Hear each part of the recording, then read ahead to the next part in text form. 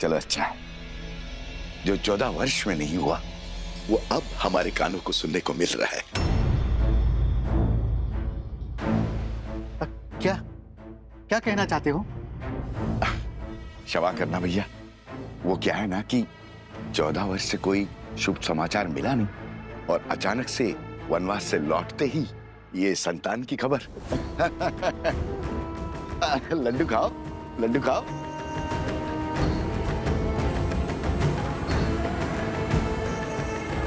किसने अयोध्या की गरिमा पर इतना बड़ा घोर लांछन लगाया है? किसने उनके गरिमा का वध किया? किसने? सामने आओ, अभी मैं उसकी जीवा काट लूंगा। मारो, मारो मुझे, मारो। क्षमा के योग्य नहीं हूं मैं। बचपन में माता मारती थी, बड़ा हुआ तो मित्र मारने लग गए। इस जीवा के कारण ये स्थिर नहीं रहती है, कहीं पे कुछ भी बोल देता हूं मैं। घोर अपराध हो गया, मुझे स्वयं को दंड देना होगा।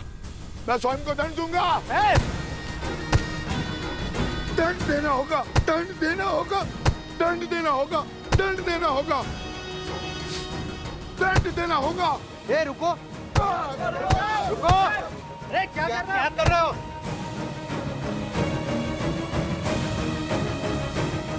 श्री राम और अयोध्या से प्रेम ही इतना है, सुख के समय पे भी तर्क खोजने लग गया है।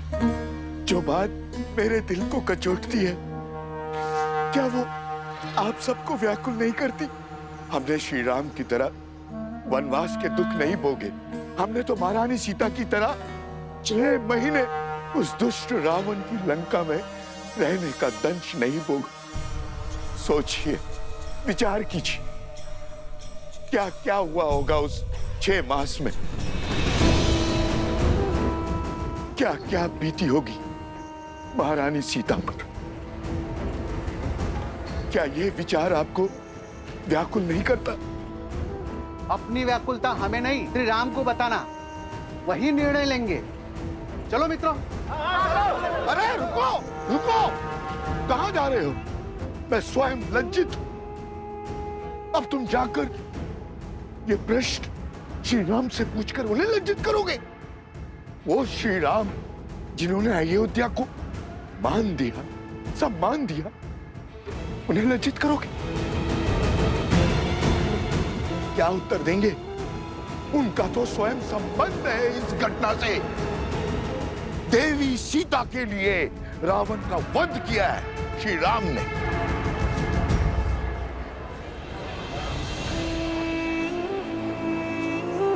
हाँ, यदि शंका है तो किसी धर्मात्मा विद्वान से पूछते हैं। तो फिर मंदिर के पुजारी जी के पास चलते हैं, वो विद्वान भी है और धर्मात्मा भी, वही इसका उचित समाधान देंगे। ये उचित? बिल्कुल। हाँ, क्यों भाइयों? बिल्कुल सही बोल।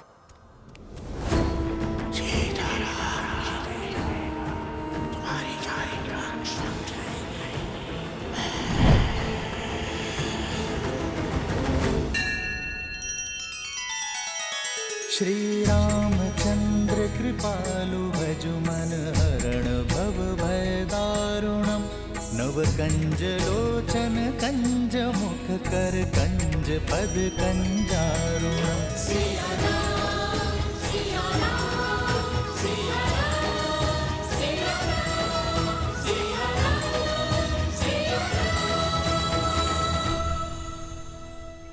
वनवास का वास्तविक अर्थ है अपने नगर से, अपने घर से, अपने सुखों से, गृहस्थ कर्म से पूर्ण संन्यास, यानी ब्रह्मचर्य। श्री राम जैसा पुरुष जिसके मन में धर्म के संस्कार बसते हों, वो वन के वातावरण में संतान को जन्म देके उस संतान को धर्म से वंचित नहीं कर सकता। वो अपना ब्रह्मचर्य नहीं तोड़ सकता। इसीलिए 14 वर्षों में कोई संतान नहीं हुई। उचित कहा पुजारी जी। हमारा संदेह मिटाने के लिए धन्यवाद पुजारी जी। चलो भाइयों। रुको। वाह पुजारी जी वाह, धर्म की बात तो कर ली, अब सत्य पे आइए पुजारी जी। क्या है सत्य का आधार? विश्वास से कल्पना होती है, सत्य को प्रमाण चाहिए। बोलिए, है कोई प्रमाण?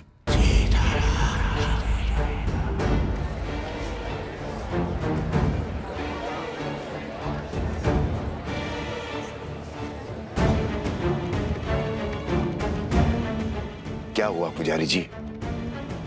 सत्य की आंधी ने विश्वास का आवरण उड़ा दिया। अरे अभी समय ही कितना हुआ है वनवास से वापस लौटे हुए। एक ने कही, दूजे ने मानी, बस वही दो ज्ञानी।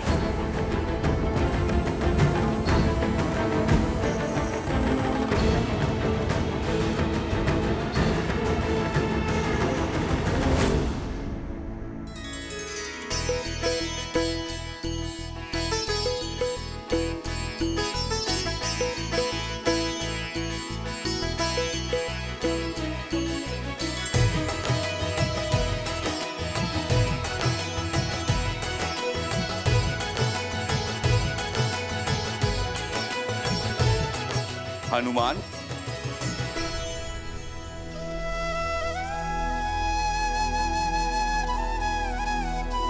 वाह हनुमान, तुमने स्वयं के साथ साथ बाकी सबको भी व्यस्त करके रखा हुआ है। प्रभु श्री राम युद्ध के लिए प्रस्थान करेंगे अब। अच्छा है महाराज, मेरा तो बैठे बैठे ये शरीर ही अकड़ गया था।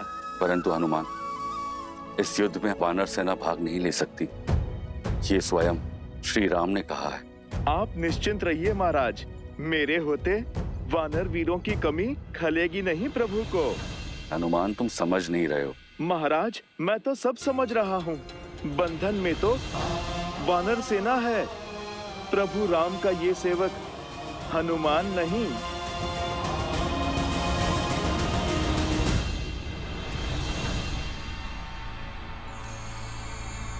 सुना है श्री राम अपनी सेना लेकर पश्चिम की ओर जा रहे हैं, उस दुष्ट भास्करन और उसके बेटे से लड़ने।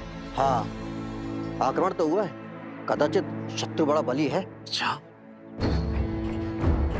राम भास्करन से युद्ध करने जा रहा है। भास्करन से युद्ध तो भरत और लक्ष्मण भी कर सकते हैं, फिर राम स्वयं क्यों जा रहा है? वो भी ऐसे समय में जब सीता गर्भवती है। राम ऐसी मूर्खता क्यों कर रहा है?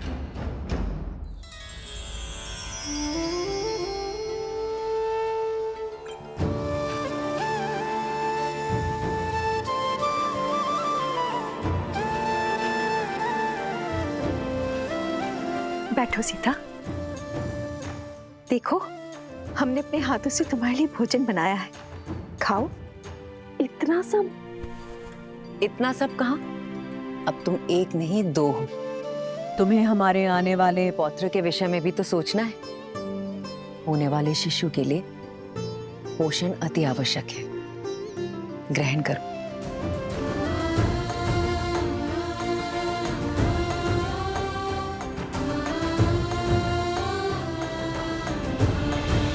अभी मुझे तुम्हें छोड़कर जाना होगा। रावण के मामा भास्करन ने अयोध्या पर आक्रमण कर दिया है। अपनी प्रजा की रक्षा के लिए मुझे अस्त्र उठाना होगा।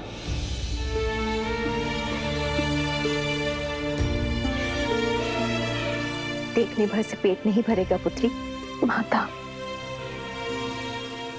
मेरा कुछ खाने का मन नहीं।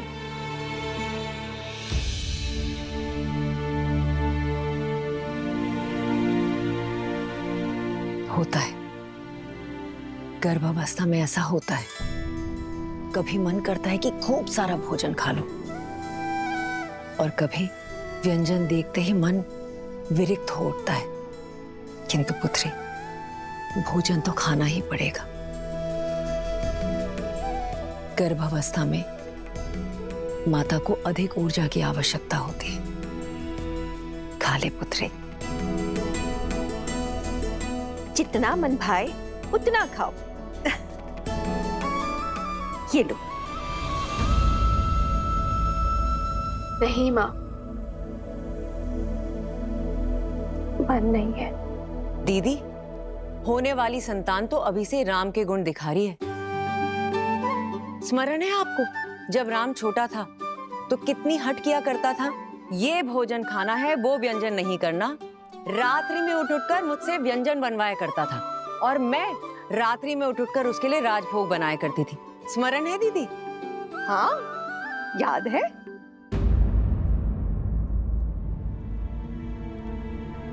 क्या हुआ सीता? मुस्कान होठों पर आई पर गालों तक नहीं पहुंची। क्या हुआ है पुत्री? महारानी की जय हो। महाराज युद्ध के लिए प्रस्थान करने के लिए सच है।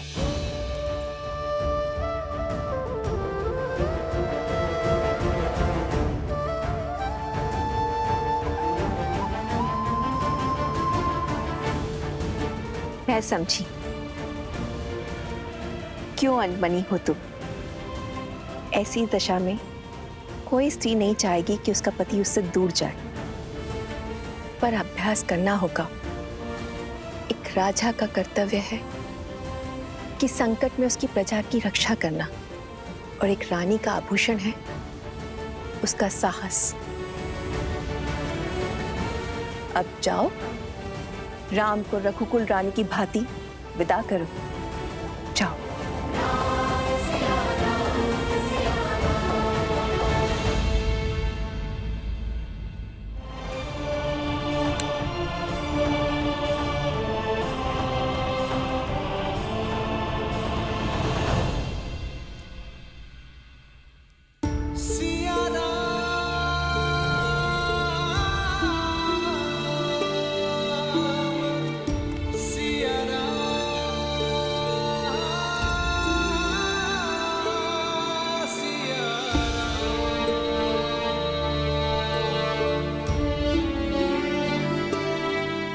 कल जिस विश्वास से मेरे विजय की घोषणा की थी, आज उस मुख पर इतनी चिंता क्यों सीते?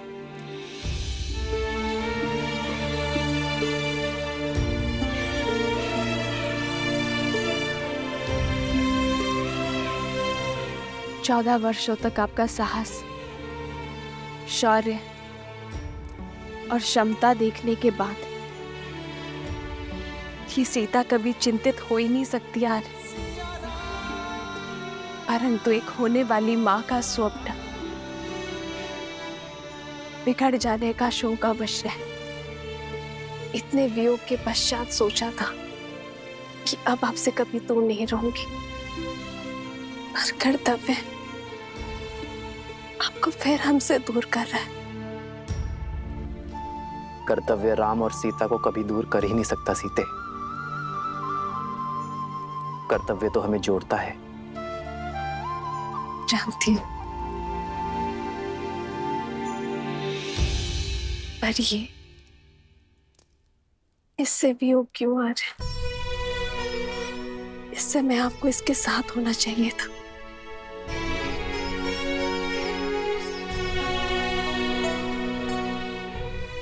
सत्य कहते हैं सब।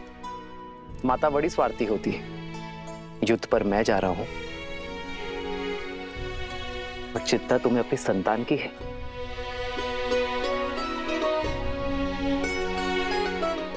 वैद्य कहते हैं सीते, इस संतान गर्भ से ही अपने माता पिता के भाव अनुभव करती है। तो ये वियोग हमारी संतान को और प्रबल बनाएगा। कर्तव्य की पुकार का पालन करने की सीख उसे गर्भ से ही मिल जाएगी। और मैं जानता हूं कि मेरी सीता इस वियोग को सुख सहयोग बना ही देगी। हमारे प्रेम और वनवास की कहानियां सुनाने का समय मिलेगा ना तुम्हें? तुम मेरी शक्ति हो सीते, मेरी ढाल हो इस धर्म युद्ध में। मुझे अपनी धर्म पत्नी के साथ की आवश्यकता है।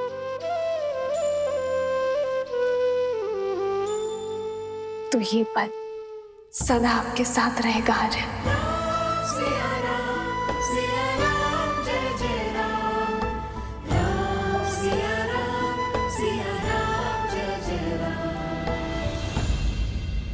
एक बात और, आप इस युद्ध में किसी को भी भेज सकते थे, पर आपने स्वयं नेतृत्व करना चुना। कुछ कारण बड़ा ही होगा, पर मैं नहीं जानती। पर कामना करूंगी कि आप मंतव्य में सफल हो। खड़ग की धार ये पथ मर्यादा, पर चलते जग हित रघुनंदन। मेरे लिए विजय होकर लौटना आ रहा है।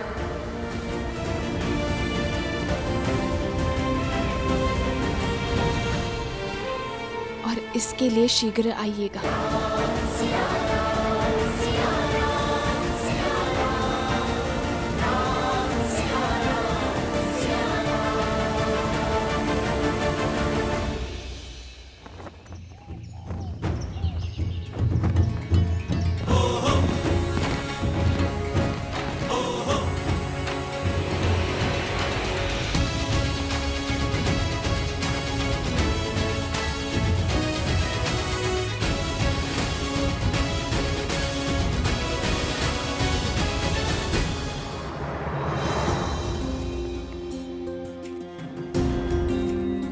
स्वस्ति राम, विजय भव लक्ष्मण।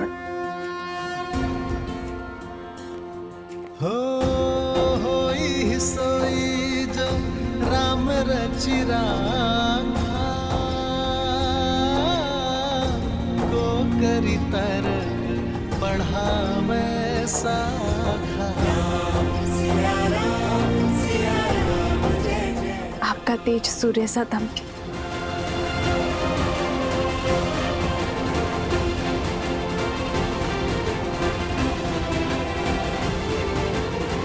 विजयी भव।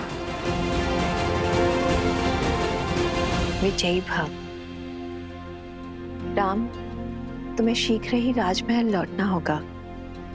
सीता के पुनः सावन संस्कार के लिए तुम्हें यहाँ होना अनिवार्य है। अवश्य माँ।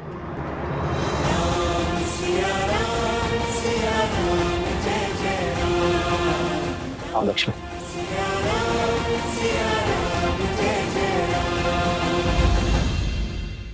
30 सितंबर सोनी सब नए मोड़ और नई कहानियों के साथ ला रहा है ज्यादा वाला फैमिली टाइम। तो सोमवार 9 सितंबर से देखिए वागले की दुनिया और पुष्पा इम्पॉसिबल रात 9 से अब 10:30 बजे तक। मतलब त्योहारों में एंटरटेनमेंट से भरे एपिसोड्स और ज्यादा वाला फैमिली टाइम। सियावर रामचंद्र की, सियावर रामचंद्र की, सियावर रामचंद्र की, सियावर रामचंद्र की, सियावर रामचंद्र की, सियावर रामचंद्र की, सियावर रामचंद्र की, सियावर रामचंद्र की। मेरे अयोध्या के वीरों, कर्तव्य ने पुकारा है। जब पड़ोस में अग्नि लगे तो व्यक्ति ये सोचकर नहीं बैठता कि उसका घर सुरक्षित है। वो अग्नि को बुझाता है क्योंकि वो जानता है कि अग्नि का स्वभाव है फैलना। मुझे मेरे वीरों पर पूरा विश्वास है। भय के लिए भयंकर है, हम सब आपके रुद्र हैं।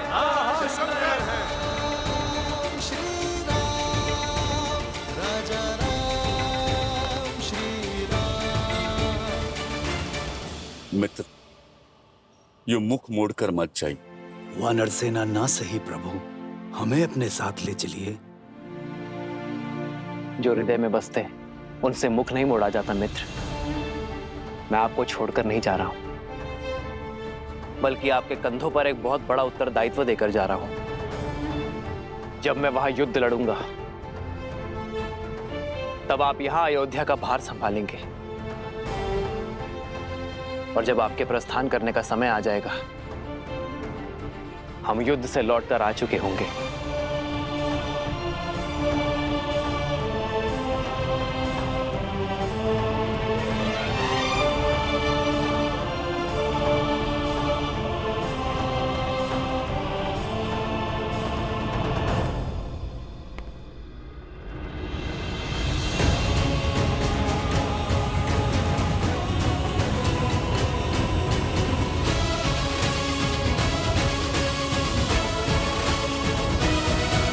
लो, तुम भी मुख मीठा करो। अयोध्या के नए युवराज आने को हैं। कितना शुभ समाचार है ना। हाँ, ईश्वर करे महारानी और उनकी संतान को सुखी रखे एकदम। बहुत शुभ समाचार है सच में। कितनी खुशी की बात है ना ये।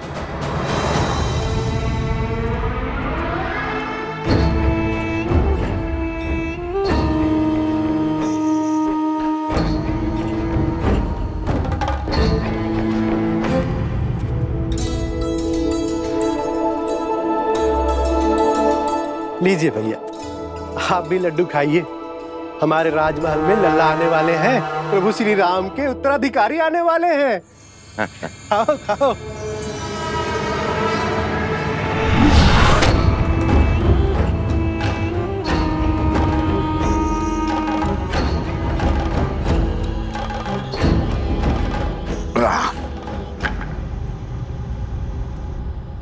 भैया, क्या ये सत्य है? श्री राम की संतान होने वाली है? हाँ हाँ, सुना नहीं? सारे अयोध्या में लड्डू बट रहे हैं।